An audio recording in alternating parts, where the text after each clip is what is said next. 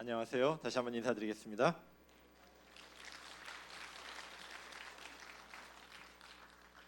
저는 방금 소개받은 네팔 선교사 김종훈입니다. 2014년 1월에 처음에 네팔에 가서 이제 만 9년을 지나서 거의 10년째 지금 네팔에서 봉사를 하고 있습니다. 호남 지역에 이렇게 여러 성도님들께서 모이신 자리에 선 것은 제가 아마 처음인 것 같습니다. 이렇게 귀한 자리에 저를 불러주셔서 정말 감사드립니다. 저는 서울에서 태어나서 자라다가 저희 부모님의 고향인 충청도로 이주를 해서 충청도에서 쭉 자랐고요. 지금은 호남이 고향이라고 생각하고 살고 있습니다. 왜냐하면 저희 어머니가 우리 장흥에 살고 계시고 저희 아버지가 그곳에 잠들어 계시고 어떤 유명한 강사님이 그런 얘기를 하더라고요. 고향은 사람이다. 저희 가장 소중한 부모님이 계신 곳이 고향이라고 저는 그렇게 생각합니다. 그래서 저는 오늘 고향 앞에 와서 이렇게 말씀을 전한다라는 그런 마음으로 이 자리에 섰습니다. 특별히 오늘은 제가 1시간 동안 여러분들께 노래를 좀 불러드리려고 합니다. 무슨 노래냐면 경험의 노래예요. 이 시간 하나님께서 이 모든 순서를 이끌어 주시기를 바라면서 이 시간이 마칠 때 여러분들께서 저의 이야기를 듣고 저를 좀 잊어버리셨으면 좋겠고요. 저를 통하여 역사하신 그 하나님만 좀 기억해 주셨으면 좋겠습니다. 그것이 저의 중요한 바람입니다. 먼저 하나님의 말씀을 보기 전에 제가 지금 임마누엘 그렇게 해놨잖아요. 임마누엘이 뭐죠? 뜻이 하나님 우리와 함께 계시다. 임마누엘 하나님이 함께 하시지 않았다면 저는 오늘 이 자리에 설 수 없었을 것입니다. 제가 이 자리에 서 있다는 것은 하나님이 살아계시다라고 하는 것에 대한 증거로서 이 자리에 서 있는 것입니다. 하나님의 말씀을 보겠습니다. 예레미야 33장 2절 3절입니다. 이를 행하는 여호와, 그것을 지어 성취하는 여호와, 그 이름을 여호와라 하는 자가 이같이 이르노라. 우리 다 함께 읽어보겠습니다. 시작. 너는 내게 부르짖으라. 내가 내게 응답하겠고 내가 알지 못하는 크고 비밀한 일을 내게 보이리라. 아멘. 이 말씀은 제가 네팔에 처음 가면서 저의 마음속에 새기면서 간 그 말씀입니다. 하나님께서 이 말씀을 저에게 주셨고요. 이 말씀을 붙잡고 제가 네팔에서 선교를 시작을 했습니다. 저는 목회를 SDA 영어 학원에서만 11년을 했습니다. 그래서 여기 호남 앞에 계신 몇몇 우리 SDA 학원 동료 목사님들이 지금 계시는데요. 그리고 이제 2014년 1월에 네팔에 선교사로 갔습니다. 네팔에 선교사로 갈 때 제가 사실 저는 사직을 하고 자급 선교사로 네팔에 갔습니다. 그래서 그때 저를 네팔로 파송하는 어떤 기관이나 뭐 단체가 있었던 것도 아니었고요. 또 네팔에서 어떤 합회나 어떤 교회나 기관이 저를 네팔에 오라고 한 것도 아니었습니다. 그래서 제가 갈 때 많은 분들이 걱정을 하셨어요. 왜냐하면 제가 이제 SDA 영어학원에서 목회를 하고 있었고 제 아내는 삼육 초등학교에 교사로 일을 하고 있었어요. 어떻게 보면 그냥 안정적으로 살 수 있는 그런 상황이었는데 이제 그런 모든 것들을 이제 뒤로 하고 이제 네팔을 간다고 했을 때 참 많은 분들이 걱정을 하셨습니다. 무슨 일이 생긴 걸까? 이제 그랬는데 그럼에도 불구하고 제 마음 가운데 하나님께서 네팔로 가라는 어떤 그런 마음의 확신을 주셨기 때문에 그 부르심을 따라서 이제 네팔로 출발을 하게 되었습니다. 네팔이라고 하는 나라는 이렇게 생긴 나라입니다. 중국과 인도, 전 세계에서 인구가 가장 많은 두 나라 사이에 끼어 있습니다. 바다도 없어요. 육지만 있고 정말 가난한 나라입니다. 아시아에서 최빈국이라고 그렇게 이야기하고요. 1인당 국민소득은 이제 한국이 한 30분의 1 정도 됩니다. 그래서 이 자리에도 우리 네팔에서 한국에 일을 하러 온 형제들이 있는 것 같더라고요. 이 자리에 참석을 했습니다. 예. 굉장히 가난하고 힘든 그러한 나라입니다. 그러나 네팔은 정말 희망이 있는 나라이고 이 심성이 굉장히 고운 사람들이 사는 나라인 것 같아요. 여러분 네팔하면 가장 먼저 떠오르는 게 무엇이 떠오르십니까? 히말라야. 네, 히말라야. 예, 이 사진은 제가 살던 그냥 마을에서 산책하다가 찍은 사진입니다. 날씨가 좋길래. 예, 부러우신가요? 네. 예, 여러분들 잘 아시는 안나푸르나와 안나푸르나 봉우리입니다. 예, 오른쪽에 보이는 게 안나푸르나 마차푸차레 그렇습니다. 이 네팔이라고 하는 나라는요 인구가 한 3천만 정도 됩니다. 그리고 아주 특이한 특징을 갖고 있는 나라인데요. 물론 네팔의 인구의 한 80% 정도는 힌두교를 믿고 있습니다. 힌두교라고 하는 것을 여러분 많이 알고 계시죠? 힌두교 하면 뭘 섬긴다고 여러분 알고 계시죠? 네, 소를 섬긴다라고 알고 계신데 뭐 정확히 말하면 섬기는 것은 아니고 신성시 여긴다라고 말하는 게 더 정확할 것 같습니다. 예, 그런 이제 소를 신성시 여기는 인구의 80%가 힌두교인 그런 나라. 그러나 현재는 우리 재림교회뿐만 아니라 기독교 인구가 가장 빠르게 증가하고 있는 나라가 네팔입니다. 근데 힌두교는 소뿐만 아니라 여러 신이 있습니다. 그래서 힌두교인들은 우리는 3억 3천만 개의 신이 있다 그렇게 이야기해요. 그러니까 모든 게 다 신입니다. 어느 날 제가 저희 집 앞에 나갔더니 옆집 강아지가 이러고 있었어요. 왜 그런가 했더니 그날은 강아지의 신을 섬기는 날이래요. 그래가지고 이렇게 강아지에 꽃도 걸어주고 또 맛있는 음식도 해서 드리고 뭐 그렇게 하더라고요. 예, 그 정해진 날이 있습니다. 한 날은 소, 한 날은 뭐 강아지, 또 한 날은 뱀, 또 한 날은 뭐 까마귀 이렇게 정해진 날이 있어요. 예, 제가 이 강아지가 늘 옆 동네 사람들에게 발에 치이고 뭐 구박받던 모습만 보다가 이런 모습을 어느 날 갑자기 딱 보니까 굉장히 좀 신기하더라고요. 예, 네팔이 그런 나라입니다. 우리 재림교회는 전체 통틀어서 이제 40개가 있고요. 목회자는 10명. 이제 네팔 대회에 소속된 목회자가 10명입니다. 그리고 네팔은 우리 여러분들이 잘 아시다시피 재림교회가 그렇게 교세가 강하지 않은 그러한 지역이고요. 그러나 우리 재림교회가 복음을 전하기에 굉장히 좋은 여건을 가지고 있습니다. 무슨 여건이냐면 바로 국가적 공휴일이 일요일이 아니라 토요일이에요.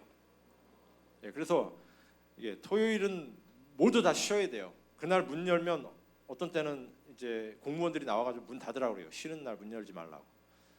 그래서 모든 교단에 속한 교회가 다 안식일에 예배를 드립니다. 심지어는 천주교회까지요.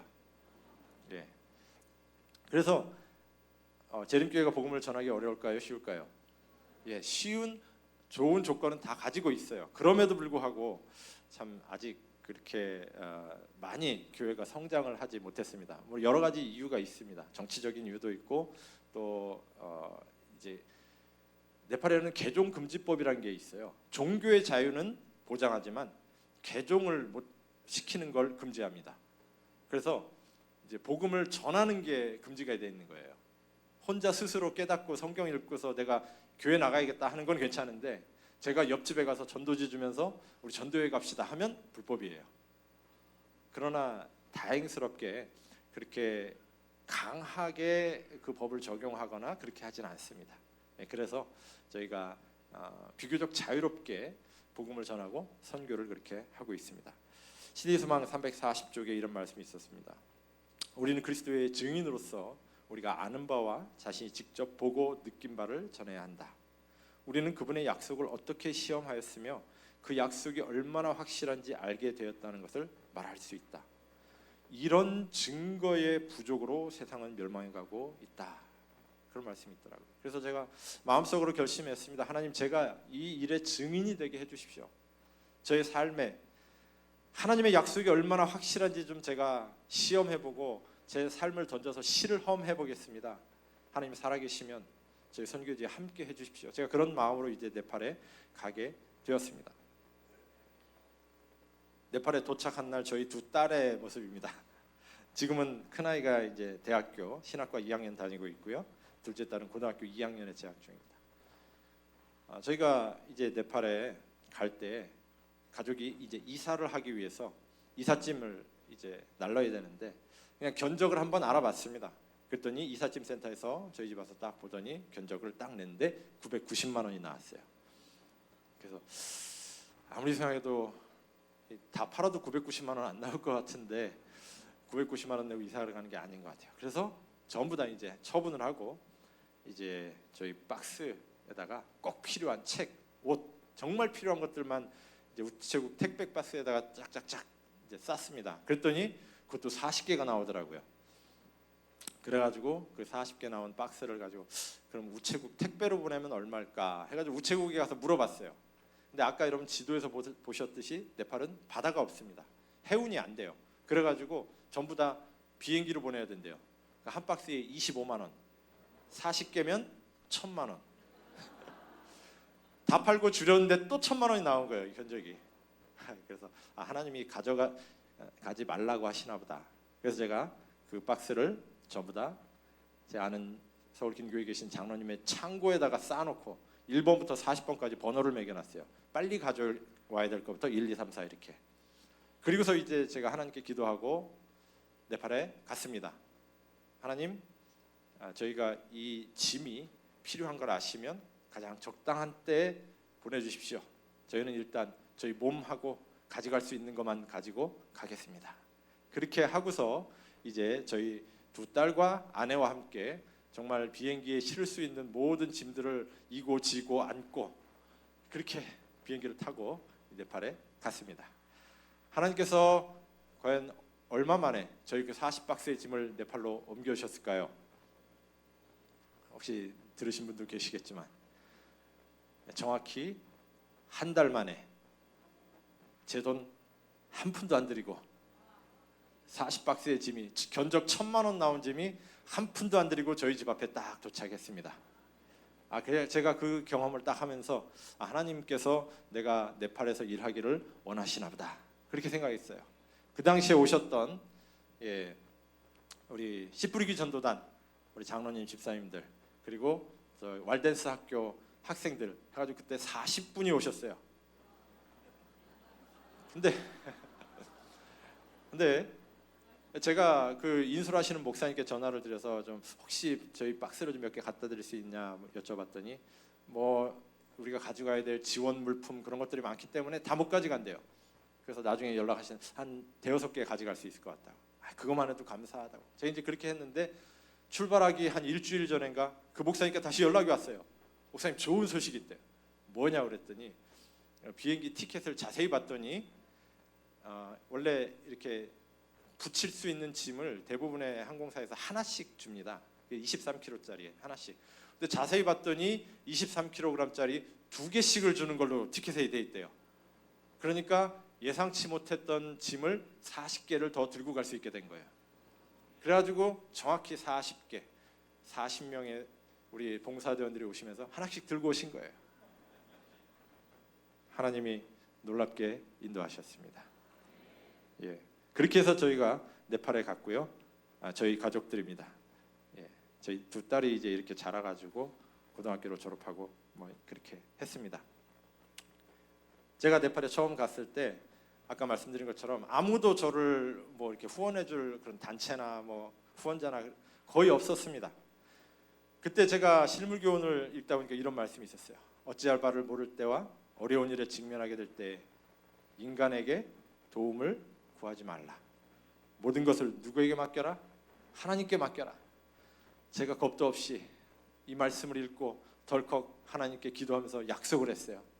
하나님, 제가 이렇게 하겠습니다. 혹시 제 가족이 굶어도 제가 누구한테 뭐 얘기하지 않겠습니다. 하나님께만 제가 말씀드리겠습니다.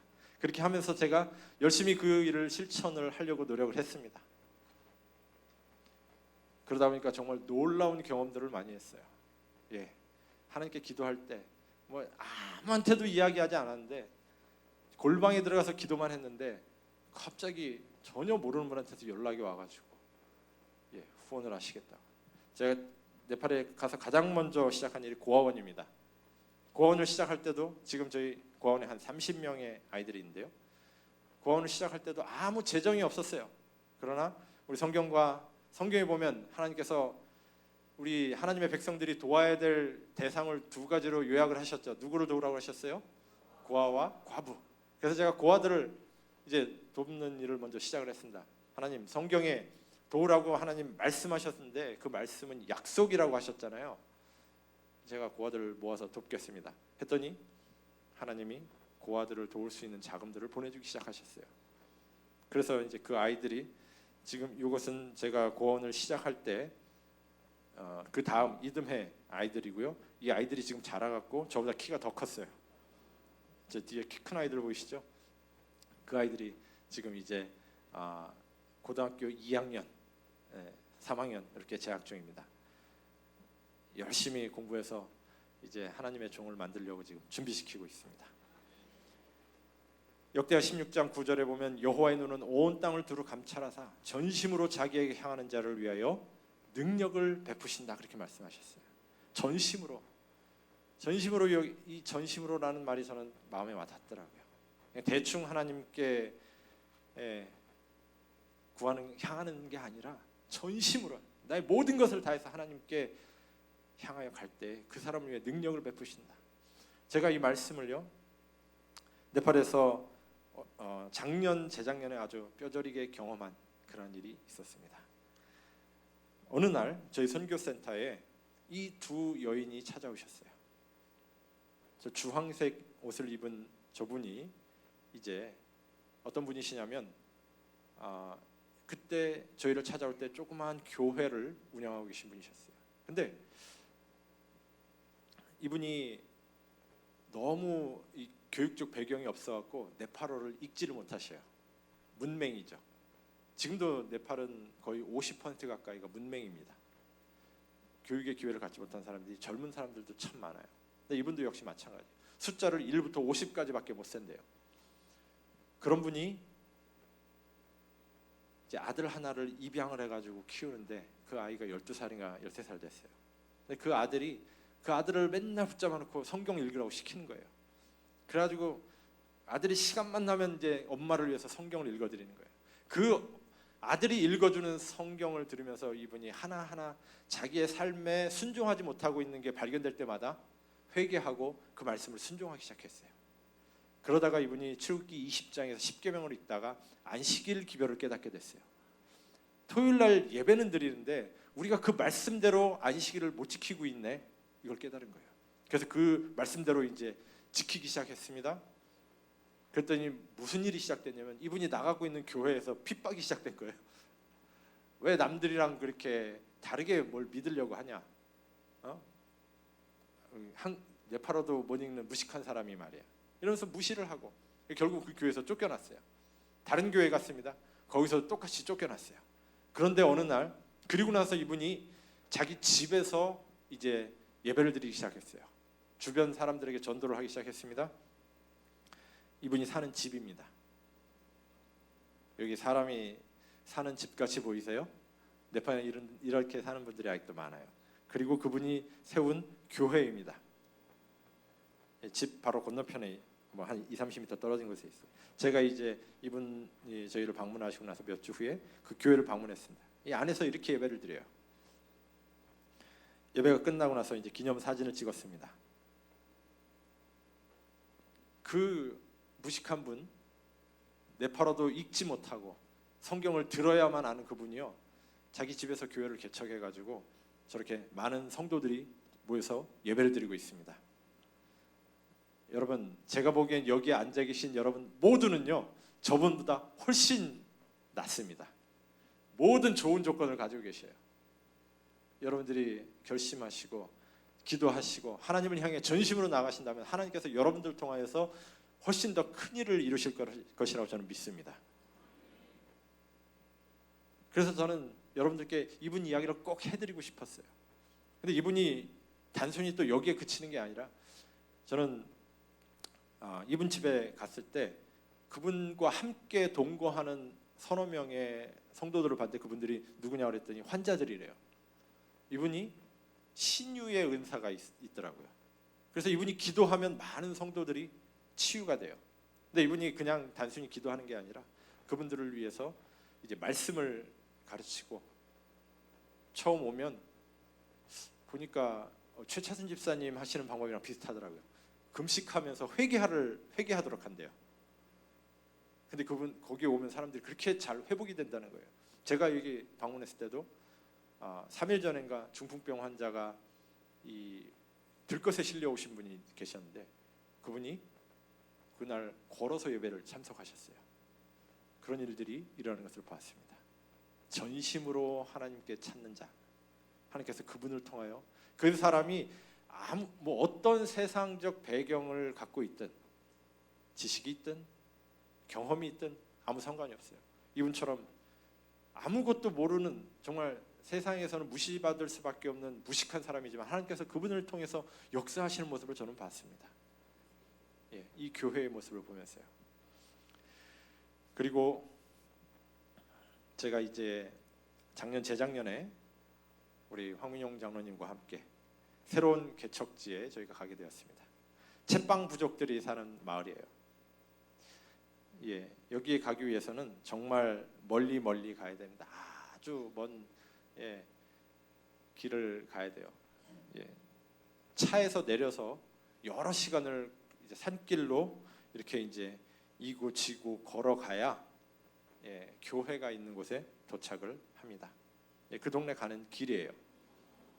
차를 타고 이제 이런 길을 이런 비슷한 길을 거의 2시간 가까이 이제 산길을 들어가야 아까 처음 사진 보셨죠?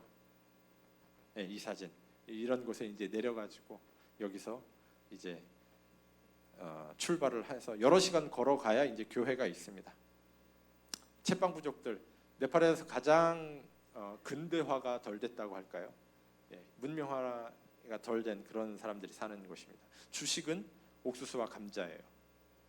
얘기를 들어보니까 1년에 쌀밥은 몇 번 못 먹는다고 그래요. 제가 이렇게 집을 방문해 보니까 정말 옥수수 이렇게 쪄가지고 그것으로 밥을 해서 먹고 그렇게 살더라고요. 그 동네 아이들입니다. 참 천진난만한 아이들, 사랑스러운 아이들이었습니다. 이런 아이들이 정말 많아요. 이 동네 사람들은 한 가정에 보통 6명에서 7명, 8명의 아이들을 낳더라고요. 그 동네 가는 길입니다. 이런 길로 이제 걸어서 우리 황 장로님 기억나시죠? 이제 가서 이제 이 교회에서 전도회를 한 것입니다. 한 어린아이까지 해서 한 140~150명의 이제 성도들이 참석을 해서 이제 전도회를 했어요. 전도회를 하는데 이제 우리 거기 참석했던 우리 선교사들이랑 다 함께 이제 가는데 한 5~6명이 가면서 아까 우리 처음 사진 보셨죠? 이제 먹을 거를 이제 싸들고 갔잖아요. 쌀이랑 먹을 거 부식들을 이제 싸들고 갔습니다. 가가지고 여기서 2박 3일간 이제 전도회를 하고 이렇게 하는데 이제 식사 시간이 이제 전도회를 하고 성도들이 말씀을 끝나면 식사 시간이 되면 집에 가서 밥 먹고 오세요. 이렇게 하고 이제 전도대원들끼리 밥을 먹고 이제 이렇게 하는 게 원래의 계획이었어요. 근데 전도대원들이 이제 식사하고 오세요 하고서 전도대원들끼리 밥을 먹으려고 이렇게 밥을 해가지고 먹고 이러고 있는데 사람들이 안 가고 그 주변을 자꾸 이제 어슬렁거리는 거죠. 자꾸 와서 쳐다보고 뭐 먹나 보고. 처음에는 우리 선교사들이랑 다 이해를 못했어요. 집에 가서 빨리 밥 먹지 왜 저러나. 근데 상황을 보니까 집에 가려면 아까 보신 이런 길로 1시간에서 2시간을 걸어가야 집이 있어요. 그럼 1~2시간 걸어가고 집에 가서 불 떼서 밥해 먹으면 또 1시간. 그리고 나서 이제 또 다시 오면 또 한두 시간. 그럼 어떻게 돼요? 반나절 다 지나가고 또 밥 먹을 시간 되잖아요. 예, 그렇게 운영이 될 수가 없어요. 그래서 이제 저희 선교사들이 결정을 하기를 그냥 있는 걸로 밥을 해 먹자 같이. 그래서 이 성도들과 함께 그냥 집에 안 간 가까운 사람들은 가더라도 안 간 사람들하고 100명이 넘는 사람들과 함께 이제 밥을 이제 해 먹은 것입니다. 이분들은 아까 말씀드렸죠. 쌀밥을 1년에 몇 번 못 잡수시는 분들이에요. 그러다 보니까 밥을 많이 잡수실까요? 적게 잡수실까요? 예, 뭐 여러분들 상상도 못하잖아요. 어마어마하게 잡수십니다. 그래서 저희가 가지고 간 쌀을 가지고 밥을 해 먹고 2박 3일 동안 집회를 계속 그냥 나눠서 같이 다 해 먹었어요. 그리고서 이제 끝나고서 우리 전도대원들이 오는 길에 놀라운 이야기를 듣게 됩니다. 그날 이제 그 집회에서 밥 당번을 하던 청년이 조금 이상하다고 생각은 했지만 나중에 이제 이야기를 하는 거예요. 근데 좀 이상한 일이 있다고. 무슨 일이냐 했더니 우리가 거기서 밥을 하기 위해서 쌀을 25kg짜리 한 포대를 가져갔어요. 근데 그 한 포대를 가지고 이 100여 명이 넘는 사람들이 이제 밥을 4끼인지 5끼인지 해먹은 거예요.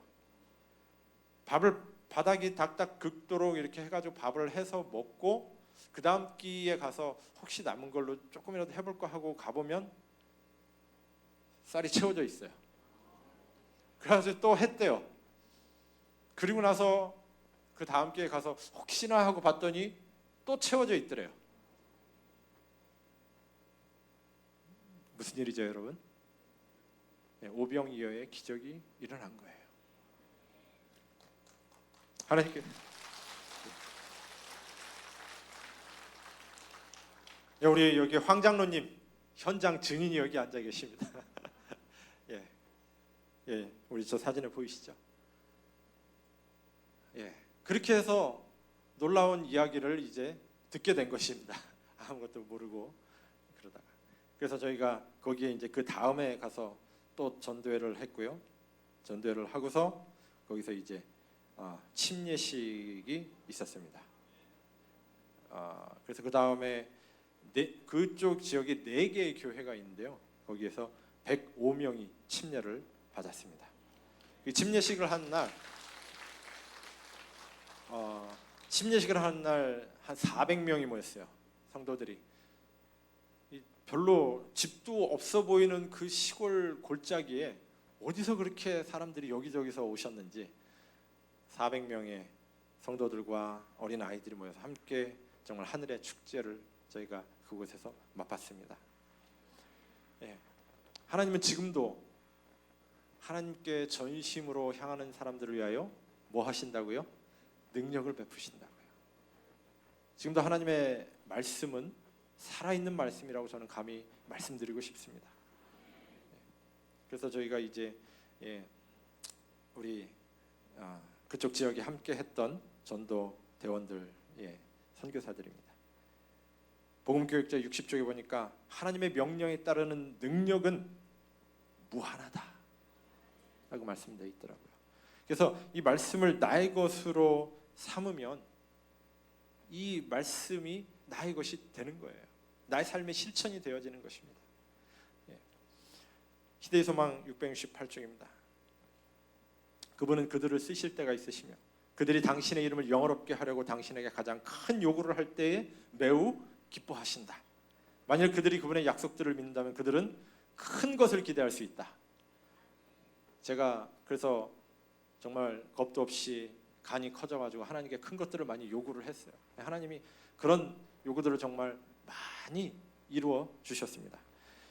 제가 그 다음에 이제 네팔에서 처음 가서 우리 어린이들을 위한 고아원을 시작을 했는데 두 번째로 한 것이 무엇이냐면 우리 청년들을 훈련하는 일이었습니다. 청년들 지역교회에 가봤더니 청년들이 놀고 있는 청년들이 너무 많아요. 그래서 그 청년들을 훈련을 했는데 그 청년들을 이제 훈련을 하기 위해서 뭐 장소가 필요하잖아요. 근데 장소가 없었어요. 그래서 우리 한국에서 오신 장로님들, 집사님들이 교회를 하나 예쁘게 지어주셨어요. 그래가지고 저희가 벽돌을 사다가 그 교회 옆에 붙여가지고 이렇게 이제 본당 옆에다가 조금 지저분해 보이긴 하지만 저희가 벽돌로 쌓아가지고 저렇게 이제 방을 2칸을 드렸습니다. 그래가지고 그리고 그 바로 앞집에 이제 또 월세 3만 원짜리 방을 하나 얻고 그래가지고 청년들을 모아가지고 이제 청년들에게 선교사로 훈련시키기 시작했어요. 이 청년들은 그 이제 선교사 훈련을 다 마치고 그 다음에 한글 공부를 하던 청년들입니다. 지금 저 중에 절반 정도가 한국에 와서 이미 일을 하고 있어요. 그래서 이제 이 청년들을 3개월간 훈련을 시키고 이제 이렇게 수료식을 하고 그렇게 했습니다. 근데 저희가 처음 이제 청년들을 모집을 했는데 8명을 모집을 했습니다. 근데 몇 명이 지원을 했냐면 80명이 지원을 했어요. 그래서 저희가 10대 1의 경쟁률을 뚫고 엄격한 심사를 거쳐서 8명만 뽑았습니다. 어쩔 수가 없었어요. 자리가 부족하기 때문에. 그렇게 해서 이제 우리 청년들이 수료를 했고요. 오고 싶어하는 청년들은 너무 많은데 장소가 좁았어요. 그래서 하나님 저에게 좀 넓은 장소를 좀 허락해 주십시오. 하나님께서 주셨습니다. 그 과정 속에서 또 놀라운 이야기들이 많지만 뭐 다 말씀드릴 수는 없고요. 그래서 저희가 이제 이 건물을 짓게 되었습니다. 멋지죠? 2019년에 저희가 완공을 했고 현재 저 건물에서는 약 한 130명 정도가 숙식하면서 집회를 할 수 있는 그런 규모를 갖췄습니다. 지금 이제 이건 헌당식 때고요. 지금 그 옆에다가 또 건물을 한 3개 정도 단층으로 저희가 더 많이 만들었습니다. 그래서 지금 이제 이런 모든 저희가 원하는 집회를 다 하고 있어요. 저희가 이 청년들을 이제 훈련시켜서 그렇게 했더니 두 번째인가 이제 청년들을 훈련시키고 나서 이제 3개월 하고 저희가 그 청년들에게 너희가 소속된 교회에 가서 봉사해라 그렇게 이제 파송을 했습니다. 그리고 또 받아가지고 한 달 쉬고 3개월 하고 한 달 쉬고 3개월 하고 이제 요 패턴으로 계속 저희가 지금까지 24번 그렇게 이제 훈련을 진행을 해왔습니다. 근데 두 번째인가 하고 났는데 어느 순복음교회 목사님에게서 연락이 왔어요. 거기서 청년들을 훈련시키신다던데 우리 교회 청년을 보내도 될까요? 이런 연락이었습니다. 그래서 저희가 얼른 받았죠. 그래서 3개월 동안 열심히 이제 그들을 훈련시켰습니다. 3개월 아침부터 저녁까지 우리 재림교회의 기별을 그들이 공부하고 말씀 듣고 세뇌를 거의 당했죠. 3개월 후에 어떻게 됐을까요? 재림교인이 됐죠. 그래서 너희 교회에 가서 감사합니다. 너희 교회에 가서 여기서 배운 걸 그대로 전해라.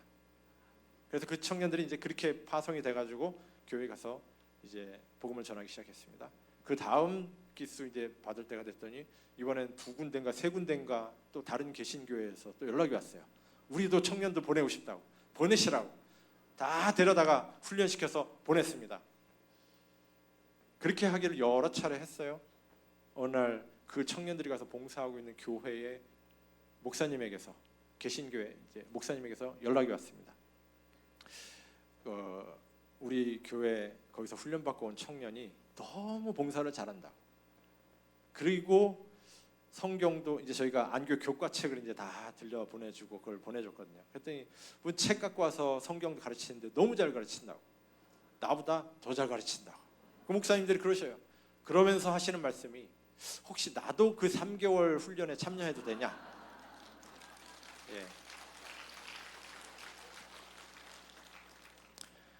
그래서 저희가 이제 청년들과 그 목사님들을 함께 훈련을 하는 건 조금 목사님들에 대한 예의가 아닌 것 같아서 이제 청년들 이렇게 훈련을 이렇게 계속 반복하다가 그런 요구가 이제 여러분에게서 와서 저희가 목사님들만을 위한 그런 훈련을 이제 처음으로 시작을 하게 된 첫 1회 개신교회 목사님들만을 위한 훈련이었습니다.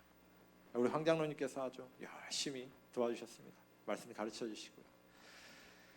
그리고 작년에는 또 25분의 개신교회 목사님들이 오셔가지고 3개월 동안 이렇게 공부하시고 수료를 하시고 그랬습니다. 여러분 3개월 동안 우리 재림교회 진리를 와서 그 목사님들이 공부하면 어떻게 될까요?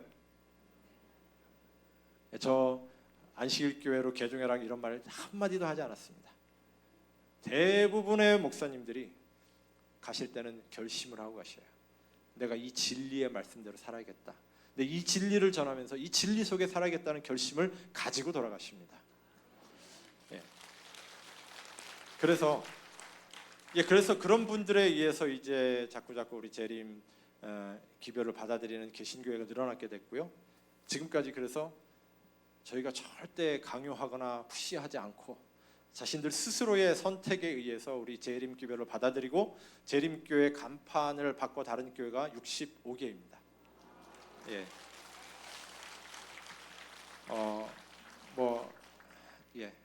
아직 더 귀한 말씀들이 많이 남아 있습니다. 이제 그 과정 속에서 한 목사님을 저희가 만나게 됐어요.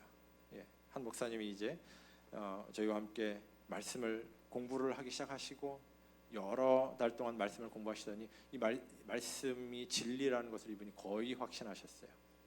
그러던 중에 바로 이 목사님이십니다. 그러던 중에 이 목사님이 저희에게 한 가지 부탁을 하셨어요. 지금 이 교회 담임 목사님이신데 이 교회 건물은 교회 건데 땅을 15년인가 20년 장기 임대로 하셨대요. 근데 그 땅 주인이 그 은행에서 돈을 많이 이 땅을 담보로 잡혀서 써가지고 이제 이 땅이 은행으로 넘어갈 위기에 처해졌대요. 그 땅이 은행으로 넘어가면 어떻게 돼요? 이 교회도 이제 없어지게 되는 거예요. 그래서 그럼 그 문제를 해결하는데 얼마 정도가 필요하십니까? 그랬더니 뭐 한 3천만 원 정도가 필요하다. 3천만 원. 예, 제가 뭐 당장 감당할 수 있는 그런 자금이 아니었습니다. 그래서 저희 그 일을 놓고 기도하고 있었어요. 우리 기도합시다. 제가 늘 했듯이 저 목사님과 우리 동역자들과 함께 저희를 놓고 기도했어요. 그러던 어느 날, 우리 호남 앞에 모 지역에 계신 한 장로님에게서 연락이 왔어요. 이 장로님께서 이제 하나님께 서원을 하신 게 있는데 자금을 마련을 해서 네팔에 교회를 하나 건축을 하고 싶다. 그렇게 연락을 하셨어요. 그래서 이제 얘기를 하는 중에 그러면 얼마 정도를 헌금하시려고 하십니까, 장로님? 3천만 원. 근데 제가 처음에 바로 말씀을 드리지 않았습니다. 바로 말씀드리지 않고 하나님께서 이 자금을 여기에 쓰는 걸 원하시는지 제가 그 확신을 좀 갖기를 원해서 제가 그 장로님께 바로 말씀드리지는 않고 교회를 지을 곳이 많이 있습니다. 저희가 준비하겠습니다. 그렇게 하고 몇 주가 흘렀습니다. 이를 놓고 하나님께 기도를 했고 하나님께서 저에게 확신을 주셨어요. 그래서 제가 다시 그 장로님께 전화를 드려서 이제 이 교회의 땅 문제를 말씀을 드렸어요. 그랬더니 장로님께서 흔쾌히 그렇게 하면 좋겠다. 그래가지고 저 땅 문제를 해결을 했습니다. 그래가지고 저 교회가 이제 우리 땅을 전부 우리 재림교회의 이제 그 법인 이름으로 저희가 세운 이제 교회 법인 이름으로 그렇게 이제 등기 이전을 마쳤어요. 이 목사님께서 너무 신기해하시더라고요. 사실 기대를 별로 사실 자기는 안 했는데 문제가 사실 이제 그 은행으로 넘어가기 직전에 며칠 전에 저희가 그 문제를 딱 해결을 했어요. 그래가지고 이제 이 교회가 안전하게 예수님 오실 때까지 예배드릴 수 있는 이제 그런 상태가 된 것입니다. 그래서 이 목사님께서 그리고 나서 이제 더 적극적으로 저희와 말씀을 공부하기 시작하셨습니다. 그래서 매 안식일 예배가 끝나면 이제 가운데 정면으로 보이는 두 목사님이 지금 그 목사님과 그 목사님의 동생 목사님이셔요. 두 형제가 이제 이렇게 성경을 뭐 2시간씩 공부를 하고 오셨는데 사실 2시간만 하신 게 아니라 3시간, 4시간, 5시간이 될 때도 많았어요. 많은 질문들이 오갔습니다. 궁금한 것들을 많이 말씀하셨고요. 그렇게 공부를 해가지고 이분이 드디어 1년 넘는 시간 동안 깊이 공부를 하시고 올해 1월에 이분이 저희에게 자기의 정체를 드디어 밝히셨어요. 이분이 네팔의 Believers Church라고 하는 한국어로 직역을 하면 믿는 자들의 교회라고 하는 그런 교단이 있습니다. 근데 그 교단의 말하자면 총회장을 역임하신 분이에요. 512개 교회가 소속된, 이제 지금은 은퇴를 하셨지만 이분의 영향력이 대단히 그 교단 전체에 미치는 그런 분이셨어요. 내가 재림교회가 믿고 있는 이 진리를 우리 512개 우리 교단에 소속된 모든 교회에게 전하고 싶다, 그 말씀을 하신 거예요. 그래서 이제 저희가 그 이야기를 듣고 그럼 어떻게 하면 좋겠습니까? 그랬더니 저희가 그 중에서 먼저 핵심 목사님들을 좀 모을 테니까 그분들을 위해서 이제 성경 세미나 공부를 좀 하자고, 그런 집회를 마련했다. 그래가지고 저희가 이제 4박 5일 일정으로 해가지고 올해 5월에 이제 첫 집회를 했습니다. 그래가지고 그때 약 한 60여 명의 목사님들이 참여를 하셨어요. 60여 명의 목사님들이 참여를 하셨고, 근데 이분이 이제 40년 이상 그 교단에서 봉사를 하셨고, 이분이 지금 연세가 73세인가 하여튼 그 정도 되셨어요. 근데 그 교회뿐만 아니라 본인이 알고 있는 정말 네팔 기독교계에서 꽤 좀 영향력 있고 또 교단을 책임지고 계시는 그런 목사님들을 여러 분을 초청을 하셨어요. 그래서 그분들이 오셔가지고 4박 5일간 이제 말씀 집회에 참여를 하셨고, 그 4박 5일 집회가 끝나고 나서 이분들이 놀라운 간증들을 많이 해주셨습니다. 오기 전에 네팔에도 역시 재림교회에 대한 어떤 편견을 가진 그런 시각들이 많이 있습니다. 재림교회 이단이다, 이런 이제 그 원로 목사님, 네팔 목사님 중에 한 분이 책을 쓰셨어요. 네팔에 있는 이단 종파들 해가지고 책을 쓰셨는데 10몇 개를 거론하는 것 중에 아쉽게 재림교회가 들어가 있더라고요. 그래가지고 네팔의 많은 그 기독교계에서 재림교회는 이단이다, 이런 인식을 갖고 있었어요. 근데 그곳에 오셨던 목사님들이 4박 5일간 저희와 성경을 공부하셨습니다. 그리고 나서 하시는 말씀이 이 책 정말 잘못됐다, 우리가 이 책을 바로잡기 위해 노력하겠다. 이분은 너리람이라고 하는 목사님이신데요, 네팔 서부에 네팔 건지라고 하는 곳에서 오셨는데, 이분이 217교회를 돌보고 계신 분이에요.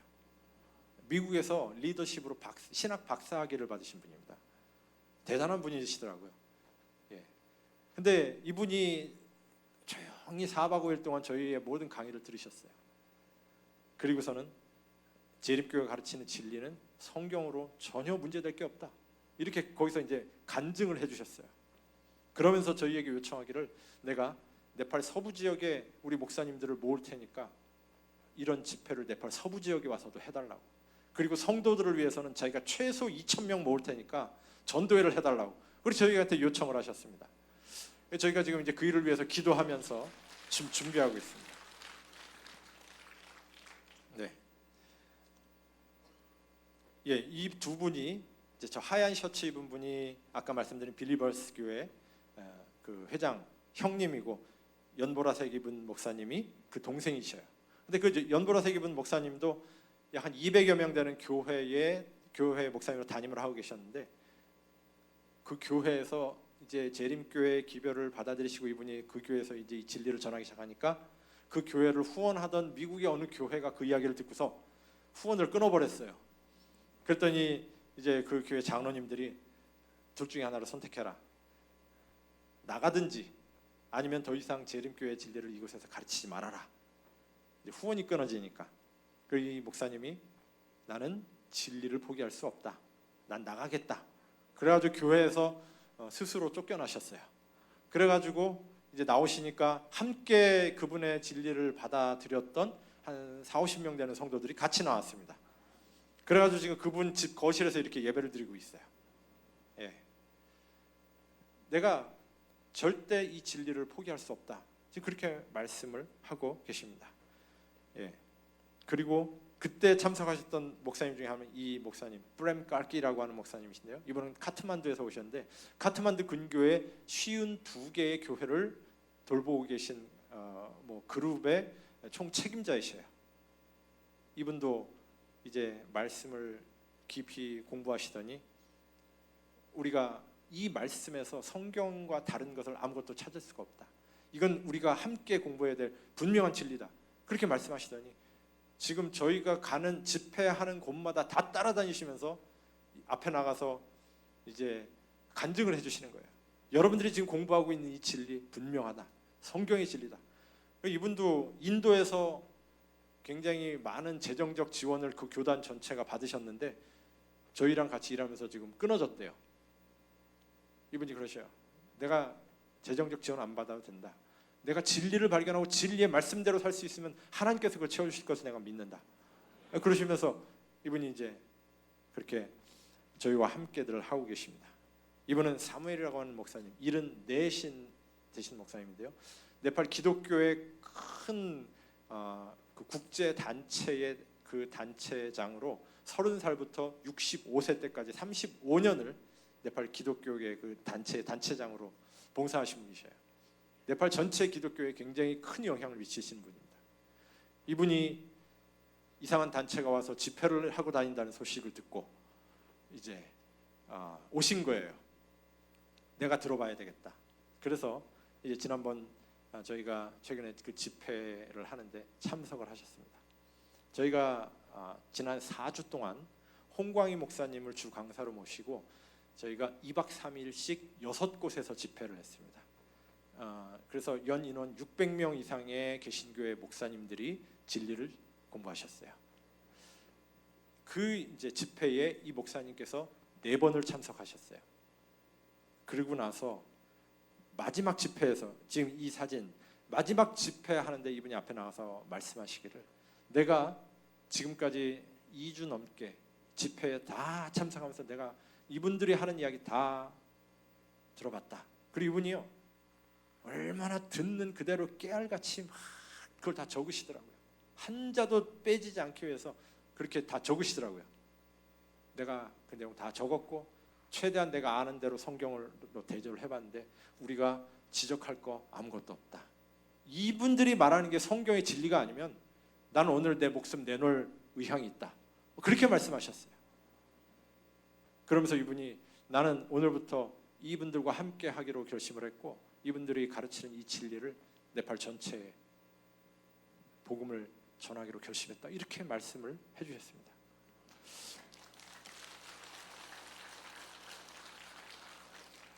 제가 그 집회에서 몇몇 목사님들이 이제 써서 내신 그런 글들을 몇 개만 읽어드리겠습니다. 이번 집회와 침례식에 참석할 수 있는 기회를 만들어주신 제7회 안식일 예수재림교회에 감사를 드립니다. 집회 첫날부터 시작된 성경 연구를 통해서 그동안 생각지 못했던 성경의 여러 부분들을 깊이 있게 공부할 수 있어서 너무나 감사했습니다. 안식에 관한 깊은 의미, 침례, 부정하고 정한 음식, 성경적 올바른 방언, 특별히 다니엘과 계시록을 공부하고 침례식에 함께 참석할 수 있는 기회는 정말 큰 축복이었습니다. 빨리 끝내라는 사인이었네요. 무엇보다도 먼저 이번 기간에 성경을 배우고 침례식에 참석할 수 있는 기회를 만들어주신 제7회 안식일 예수재림교회의 마음속 깊은 곳으로부터 감사를 드립니다. 성경의 진리를 강의해 주신 모든 강사님들, 세상의 마지막에 가까워오는 이 시점에 먼 나라에서 우리에게 진리를 가르쳐주기 위해 이곳으로 오게 해주신 하나님을 진심으로 찬양합니다. 이번 집회를 운영해 주신 네팔 제7회 안식일 예수재림교회 다시 한번 깊은 감사의 마음을 전합니다. 아까 그 빌리버스 교회 회장 목사님이 쓰신 글입니다. 시간이 다 됐기 때문에 빨리빨리 넘어가겠습니다. 그래서 저희가 이렇게 집회를 했습니다. 이건 자파라고 하는 네팔 동부 지역에서 집회를 한 거고요. 이거는 카트만두에서 하는 카트만두가 그 수도인데요. 여기에는 신학 석 박사급의 목사님들이 12분이 참석하셨어요. 그분들 모두 진리에 동의하셨습니다. 한 분은 나가서 이런 말씀하셨어요. 내가 여기 올 때 친구가 거기 이단이 하는 집회인데 왜 가냐고 그렇게 말했다고. 근데 내가 와서 말씀을 들어보니까 이 사람들이 이단이 아니라 우리가 이단이었다. 그런 말씀을 하셨어요. 놀라운 간증들이 정말 많습니다. 예, 그분들이 이렇게 했고요. 그 다음에 이제 네팔 중부 덜케바르라고 하는 지역에 여기 갔습니다. 28명의 목사님들이 참석을 할까 말까 고민을 하다가 한다고 그랬다가 집회 시작하기 이틀 전에 단체로 안 온다고 했다가 시작하는 날 다시 오겠다고 연락이 왔어요. 저희가 열심히 기도했습니다. 네, 많은 방해가 있죠.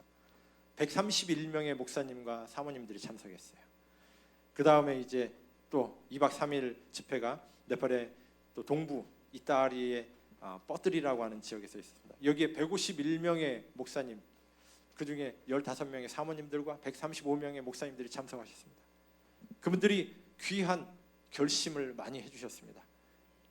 그리고 이제 세 번째 네팔 최동부 인도 국경 근처에 자파라고 하는 곳에 갔어요. 이 사진이 좀 요상하죠. 저희가 이제 장소를 물색을 하다 보니까 저희가 집회를 할 때 온도가 35도, 36도 이랬습니다. 에어컨이 없는 곳에서 집회를 할 수가 없어요. 그래서 장소를 찾다 보니까 100여 명이 모일 수 있는 장소가 그 동네에 없는 거예요. 근데 목사님들이 찾아낸 곳이 이 나이트클럽이었습니다. 그래서 저희가 나이트클럽에서 집회를 했습니다. 저희 집회가 밤 9시에 끝나고 나서부터는 이제 그 사람들이 뭘 했는지 저는 잘 몰라요. 그러나 아침 8시부터 밤 9시까지는 저희가 나이트클럽에서 복음을 증거했습니다. 성도들이 함께 이렇게 식사를 했고요. 예, 그 화려한 조명 속에서 저희가 함께 단체 사진도 이렇게 찍었습니다.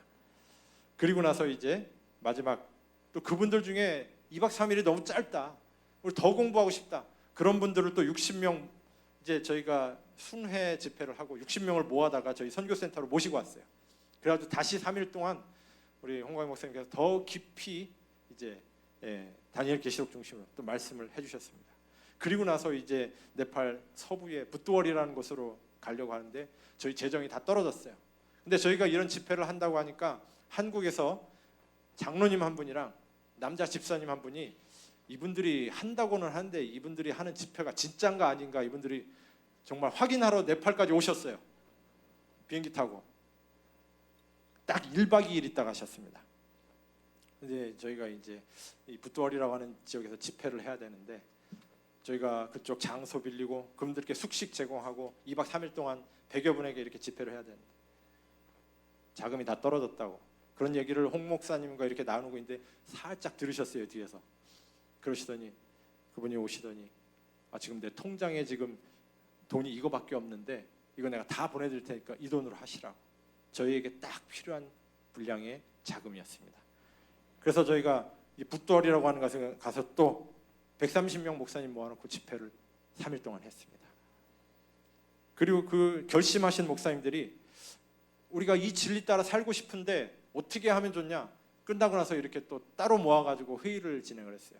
그래서 저희가 이제 각 지역별로 이렇게 더 관심 있는 분들을 모아가지고 위원회를 구성을 하고 정말 하나님의 은혜로 저희 네팔이 이번 바로 며칠 전에 지난주에 있었던 대총회 연례 행정위원회에서 네팔이 북아태지회로 소속이 바뀌었습니다. 예, 그래서 아마 북아태지회의 행정적인 지원을 받을 수 있게 되었습니다. 그래서 이제 이런 분들과 다 함께 이렇게 지금 하려고 합니다. 빨리빨리 넘어가겠습니다. 예, 이분들이 이제 그런 분들이에요. 예, 저희 선교센터에서 이분들을 위해 집회를 했고 어느 날 안식일 날 이 교회를 담임하시는 목사님이 저희 선교센터에 오셨습니다. 저희랑 한 7개월 공부를 하셨는데 성도들에게 가서 우리가 말씀도 가르쳤고요. 우리 교회 전체가 제7일 안식일 재림교회로 간판을 바꾸기로 결심했습니다. 그래가지고 오셨어요. 자, 이 교회 네팔에서 상당히 좋은 건물을 갖고 있는 흔치 않은 교회입니다. 이 교회 담임 목사님이십니다. 뭐 생긴 건 좀 이렇게 우락부락하게 생겼지만 이분이 얼마나 사랑이 많은 분인지 몰라요. 고아원도 운영하시고 이 교회를 담임하고 있는데 우리가 그 재림 기회를 받아들이고 그 말씀대로 살고 싶다고 아예 온 김에 지금 간판을 바꿔 달자고 막 그러셔서 저희가 좀 기다리시라고 그랬어요. 하나님께서 일하시는 방법은 정말 놀랍습니다. 제가 전혀 예상치 못했던 방법으로 그렇게 일하시고 계셔요. 이 교회는요 4년 전에 제가 방문을 해서 우리 함께 일하는 사일러스라고 하는 저희 부목사님과 함께 가서 1박 2일 동안 아침부터 저녁까지 말씀을 가르쳤던 교회입니다. 예, 함석으로 지은 교회. 성도들이 이때 한 30-40명밖에 되지 않았어요. 근데 4년 동안 아무 연락이 없었어요. 근데 3주 전인가 저와 함께 일하는 그 네팔인 목사님에게 전화가 왔습니다. 이 말만 하고 마칠게요. 그 목사님이 전화를 받았는데 이 교회 담임 목사님이 그날 밤 꿈을 꾸셨대요. 근데 4년 전에 저희가 가서 복음을 전하던 그 모습이 영상처럼 쫙 비춰지면서 예수님께서 말씀하시기를 너 왜 이 진리를 따르지 않고 있냐, 그런 음성을 들으셨대요. 그 전날 밤에. 그래서 아침에 일어나자마자 전화하신 거예요. 우리가 그 진리 배워놓고 지금까지 등한히 하고 있었는데 우리가 어젯밤 꿈속에 너무 생생하게 하나님께서 우리에게 그 음성을 들려주셨기 때문에 그 진리를 따라 살기로 결심했다고. 우리 교회에 와서 다시 한번 전도해달라고. 우리가 다 그 기별 받아들일 준비가 돼 있다고 그렇게 연락이 왔습니다. 저희 선교센터에 어느 날 카트만두에서 모르는 분들이 이렇게 찾아왔어요. 전부 다 목사님들이십니다. 저희 소문을 듣고 오신 거예요. 말씀을 공부하고 싶다고요. 하나님께서는 사람들을 구속하는 당신의 놀라운 계획이 다만 보잘것없는 결과만을 성취하도록 계획하지 않으셨다. 자력으로 할 수 있는 일을 신뢰하지 않고 하나님께서 그들을 통하여 하실 수 있다고 믿고 일을 하기 위해 나가는 모든 사람들은 그분의 약속의 성취를 확실히 깨달을 것이다. 우리 모두가 내가 할 수 있는 일, 나의 상식, 나의 재능, 나의 재정, 나의 경험에 의지해서 할 수 있는 일을 하는 것이 아니라 하나님께서 나를 통하여 하실 수 있다고 믿는 그 일을 위하여 믿음으로 나아갈 때 하나님께서는 우리를 통하여 그 일을 이루어 주신다는 약속인 것입니다. 저같이 부족한 사람, 정말 아무것도 아닌 사람을 통하여 하나님께서 네팔에 지금 이런 일을 이루고 계십니다. 저는 두렵고 떨림으로 정말 매 순간 기도하면서 이 일을 하고 있습니다. 우리 사랑하는 호남 성도 여러분, 하나님께서 여러분들을 통하여 일을 하기를 원하고 기다리고 계십니다. 여러분들의 삶 속에도 이런 놀라운 경험이 계속 이어지는 아름다운 간증들이 있게 되기를 바라면서 말씀을 마치겠습니다.